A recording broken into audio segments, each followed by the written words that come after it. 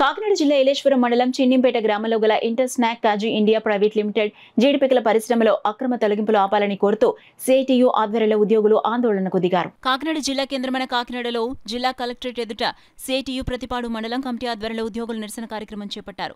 కార్యక్రమంలో సిఐటియు రాష్ట్ర నాయకులు దువ్వ శేషబాబుజీ పాల్గొని మాట్లాడుతూ పరిశ్రమలో పనిచేస్తున్న ఉద్యోగులకు కనీస వేతనాలు చెల్లించాలని, అక్రమ తొలగింపులను ఆపాలని డిమాండ్ చేశారు. ఈ ధర్నా అనంతరం డిఆర్డీఏ పీడీని కలిసి వినతిపత్రం అందించారు. ఈ కార్యక్రమంలో పెద్ద సంఖ్యలో ఉద్యోగులు పాల్గొన్నారు. ఈ రోజు రాష్ట్రంలోని కొత్త ప్రభుత్వం ఏర్పడిపోతుంది.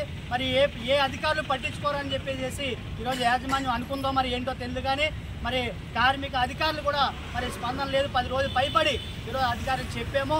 మరి వాళ్ళు కూడా నత్తనడకగానే చూస్తూ ఉన్నారు. కార్మికుల పక్షాన్ని ఇటువంటి మండు వైఖరి సరైనది కాదని చెప్పి సిఐటిగా హెచ్చరిక తెలియజేస్తున్నాము.